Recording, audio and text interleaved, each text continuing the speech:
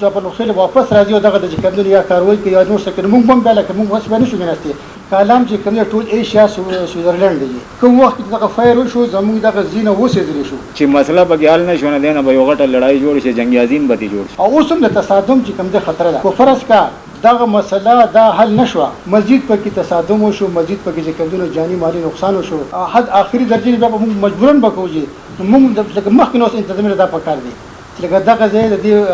تدارک چې کومونو تدبیر دي چیرمن صاحب دا تنازع چې کوم دا مین دغه کمزې چې دا کار پټه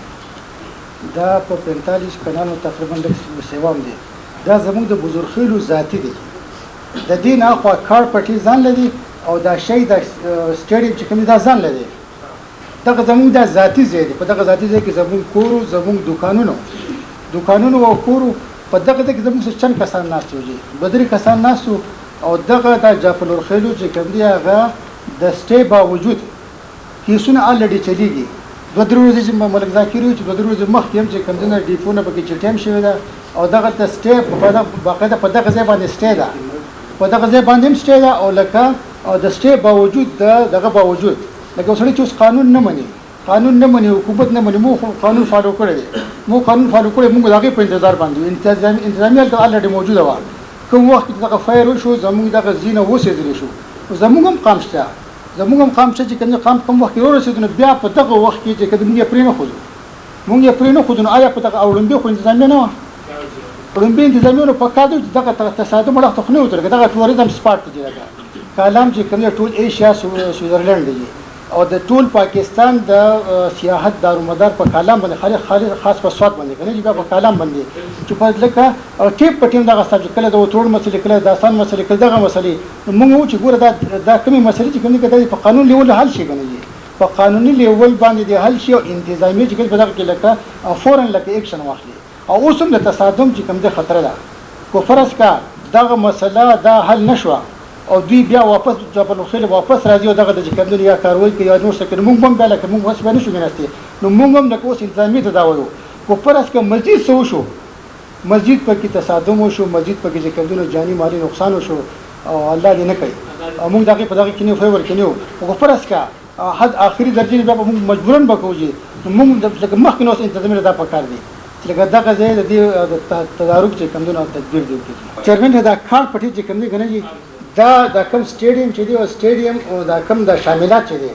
دا د کار پټي چې ختم شي دا غین اخو زموږ د درو قانونو دا درې قانونو چې کوم غټ قانون باقي کې یو قانون یوځي لکه بزرګخیل جاپل ورخیل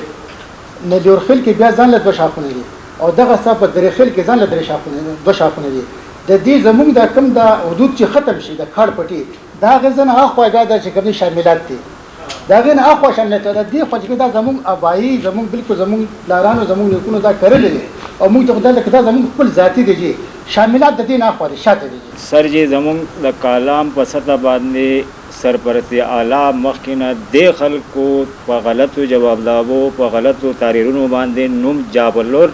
چې دین مخکې کړی دی او بزور شاته پرېخه زما او د صدیقی صاحب نیمه ده جابلر او بوزا دا دواړه رونه دي جاپل او بوزا دا ټول یا کیسونه په دې جوړ دي چې دوی دغه سن نه تسلیمای